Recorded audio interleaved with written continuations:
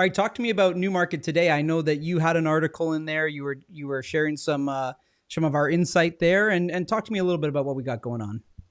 Yeah, so the local paper reached out and they wanted to know some insights into the condo market in Newmarket.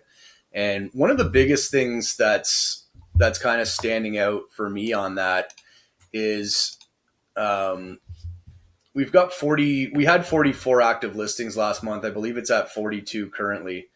Um, and last year we had around 30 or so, but typically we sit around 10 to 20 active listings in the condo apartment market, not the townhomes included, but just the condo apartment market. And a lot of this has to do with the new condo units that have come out on Davis Drive there.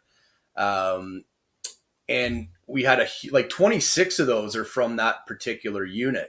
Hmm. And we've got another condo unit that's going to be finishing right next to um, the Southlake Hospital that's going to start pumping properties into the market come September. And so we're going to see another push of condos hitting the market in Newmarket. That's just going to add to the amount of active listings and put pressure on sellers and what they potentially can get.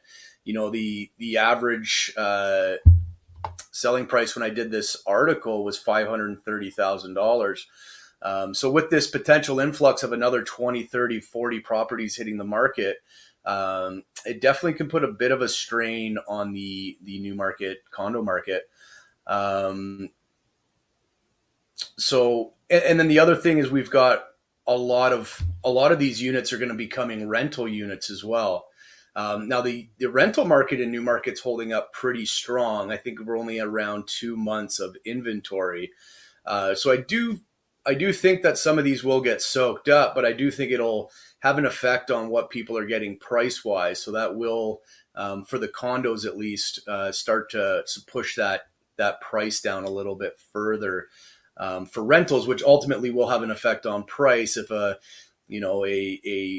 investor wants to purchase something like that um, to rent out, it could really drastically drop to what price they're willing to pay based on that rental income.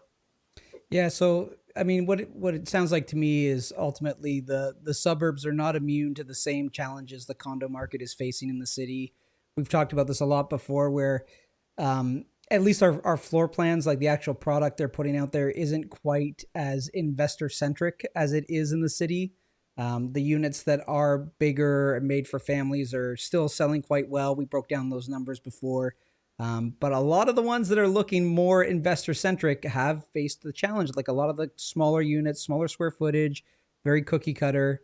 And when we start to see a flood of inventory like that, we do see the pressure on prices.